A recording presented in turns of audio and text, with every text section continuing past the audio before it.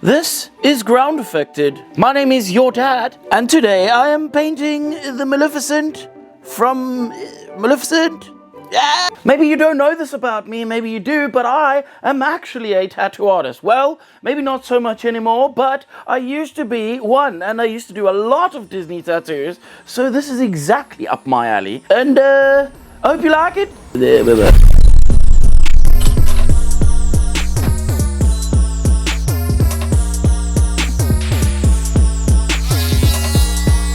is for that guy who said I made it look too easy in the comments.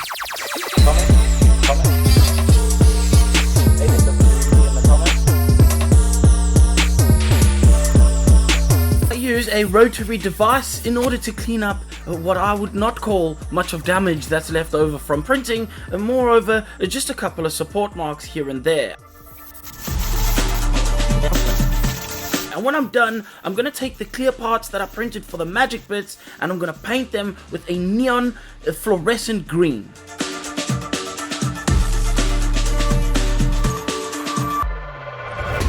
I'll then seal those parts in with a gloss varnish, and this will also make it look a little bit shiny and more magical.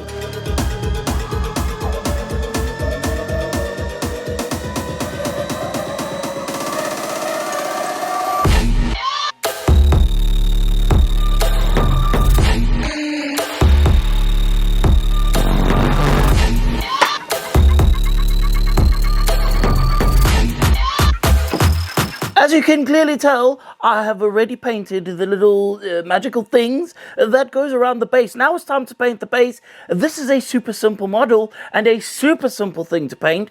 Let's just do this real quick, and we've got a base ready. By the way, I don't know if you've noticed, but I have got t-shirts made. Look at the t-shirt. Hold on. Stop! There should be some kind of a link somewhere down there. Go click the link, buy the shirt, wear the shirt, hashtag the shirt. The thing. Just do the thing.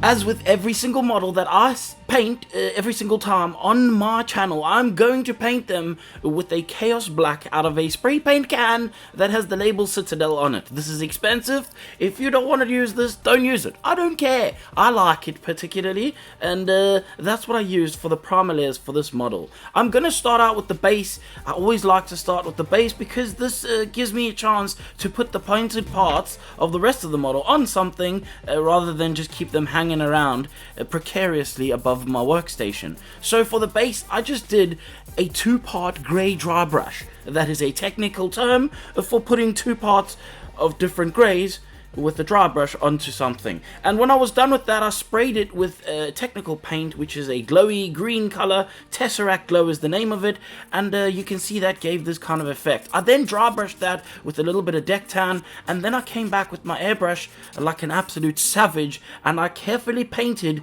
all the vines with a brown contrast paint. Yes, there was overspray. No, I don't care.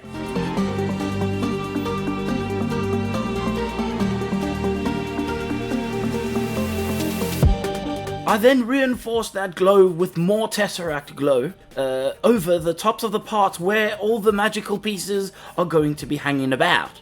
I then gave everything a matte varnish using this Liquitex matte varnish straight through my airbrush with no mix, absolutely nothing. I then took a Draconorth Nightshade and I sprayed that into what I thought would be shadows, mostly on the top of the base, and that's pretty much it.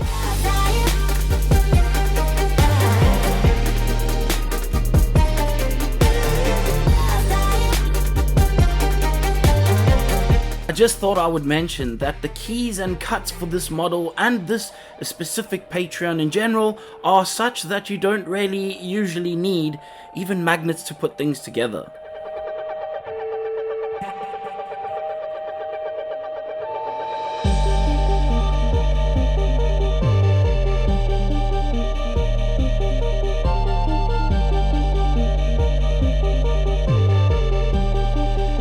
And this week, I'm actually throwing away my wife's makeup brush, and I'm taking out these new brushes from Artis Opus. These were gifted to me from Byron at Artis Opus. Let me show you how epically awesome they are right now.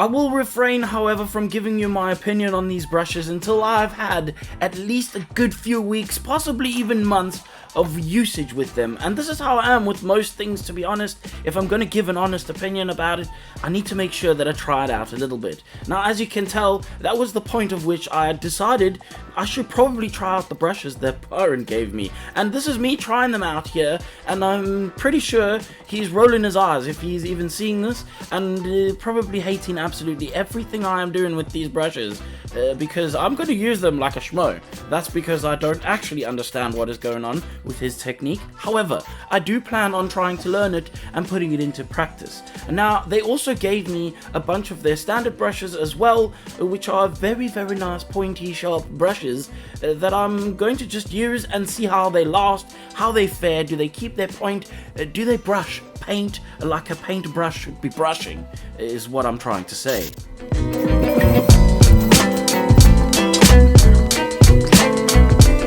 Now, I feel like everything up to this point has been fairly straightforward and without much discussion needed. At this point though, I did decide that I needed to glue these arms on, and I will discuss that with you right now. Although I don't have much time, I will say basically it's just easier, because by sticking these arms together, it means that I can paint this whole top torso section together as one without having to paint them separately and get the shadows in the right spots. It's just easier. Trust me, bro. Now, I'm going to take a little bit of a grey and I'm going to paint a highlight onto the stock wings, on the legs, and then I'm going to take a black, but I'm going to use a different black. In this case, I used black Templar rather than the matte black Vallejo that I would normally use, and I painted her shoes with that black. The reason I'm using a different black is so there is a different color between the blacks that I originally used and the new black. And speaking of different color, I'm also going to make a different texture by adding a satin varnish over the tops of those shoes. And as you can see, it makes them stand out quite nicely. It is important to note that this video is sponsored by Toon Studio. This is a Patreon over on the Patreon, whereby you can join up. For each month you receive a welcome pack and 2 highly detailed models, sculpted models. As well as models, you also receive posters, 50% discount on their Gumroad models, and pre-supported files. So go check out in the description down below for a link to Toon Studios. You have to join this Patreon if you want any of this nostalgic 3D printing goodness. Let's get back to painting the model, shall we? And in the next instances, what I'm going to do is I'm going to put down the zenithal highlight that I need in order to create the skin tones on this model. I always find that laying a light color, particularly colors like green or skin tones, anything like that, they need at least some form of white underneath them to help them stand out a little bit more. And since I had already zenithaled the little thing on her staff, I gave that a spray with the technical paint and moved on to painting the skin tones. And I'm going to start this off with a splinter green, and I'm going to use this 50-50 with water to go straight through my airbrush, and I'm going to lay down the skin tones, leaving a little bit of the highlight and shadows visible. I'm then going to take Koala green shade and spray that into the shadows. Then using a bright green, I'm going to put that in a lower air pressure through my airbrush and spray that onto the highlighted areas, and then move on to a little bit of green scar, which I'm going to also spray very carefully into the highlighted areas. I add a touch of white to the green scar in my airbrush and just do the final little highlight on the skin tones. Now that I'm done with the skin tones, I can move on to painting her suit, and her suit just needs to be fully painted in black. This should be very easy if you have chosen to use the matte black from Vallejo, the model color series paint. This is the best black I've ever used, ever in my life, and I've tried others and they just don't flow as easy or as nice as this one. So without this one, I refuse to paint. Next up, I'm going to take a grey green and spray that on a low air pressure with about 50% water and 50% of the paint onto the highlighted areas of the suit of the model. I can then put her legs onto her hips and put that onto the base. Actually, that was incorrect because I realized that I didn't have enough of the color that I needed in the shadows. So I took Drakenhof Nightshade and sprayed that into the shadows. I later on felt like I still didn't have enough color, and we'll probably talk about that when we get to that part.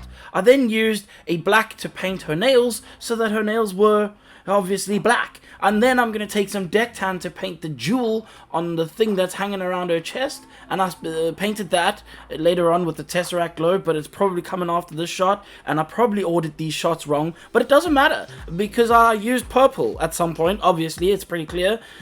And I painted that collar of hers with the purple. Now taking some snake bite leather, I'm going to just slap that all over her staff. And yes, I do mean slap it because it doesn't really matter too much. I'm going to take that technical paint Tesseract glow and spray that pretty much straight from where the little orb is on the top. I then dry brushed it with some deck tan and sprayed it again with that Tesseract glow to pick up the edges a little bit more greener and brighter. Then I can take some gloss, this is X22 from Tamir, and I can paint that over the orb to make it look like it is shiny. I don't know why it would be shiny, but it should look shiny. And then I attach the hands and stick that together and put the torso and legs and everything onto the base. Feeling pretty chuffed with myself right about now. Actually, this was about the time that I realized I needed more color. So I took some Continental Blue and again I thinned this about 50% water to 50% paint and a low pressure on my airbrush and sprayed that over the highlights on the suit. And I think you'll agree with me, this gave the suit a little bit more volume and it made it feel a little bit less flat. Now to add some makeup to her, I just used Griff Charger Grey, carefully sprayed that over her eyes, and then after that had dried, I painted her eyebrows in using a black. After I was done with that, I took the same black and painted around her eyelashes on her eyes. This is the easiest way to set up eyes for painting, is to just paint the eyelashes very carefully. You can come back later and tidy up the inside piece with the white parts, which we now know is called the sclera of the eyes. I'm going to also use some Flesh Terrors red over those bright red lipstick that she has on her lips, and this is going to help it look like she has bright red lipstick on, of course. Now, on the inside of the eyes, I took a little bit of a purpley pink color to just paint the lower portion of the lids before I painted the white parts in. And for the white parts, I used highlight skin and I painted that very carefully, leaving a tiny thin little line of that pink color underneath before the black and going all the way up to tidy up the black on the top of the lid. Then I took some dark green and painted the shape of the iris that I am going to have at the end of the day, and this is the largest shape. It's going to be bigger than what you think it is. Just make sure it doesn't go skew, otherwise you're gonna have a weird looking model. And then I used a brighter green and painted in the center of that, and took some black to paint a pupil in the center of both of those two circles that I had currently painted. I used white, and this is the only time I use white, to give a specular highlight to the model. And then at this point I can put the gloss that I need to put over her lips and also over her eyes. This is to make them look wet and shiny and make it look a little bit better, if you want to call it that. I can then put it together and call this model done.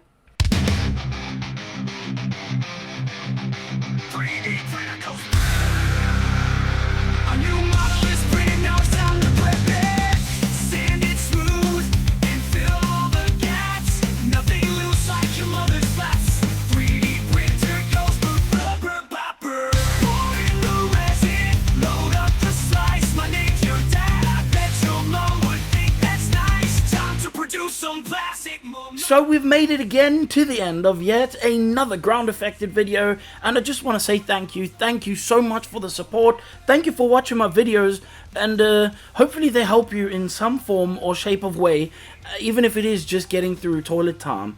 But just do remember, please wash your hands if you were on the toilet, because otherwise that's gross. Make sure to subscribe to my channel, because if you don't, you definitely are going to have stinky breath. And when you're done all of that, share this video with your gran. Please check out the description for the link to the sculptor or the Patreon that sponsored this video. If you want this file yourself, you got to go to that link and just go get it for yourself. That's how that works. After that, if you didn't like anything you saw in this video, I should probably tell you to f*** off, but I should also tell you that I want to say a thank you to my patrons, because I forgot about that in the previous excerpt. I am not very good at making these videos. After 4 years, I still cannot use my words correctly. Thank you, patrons. F*** off.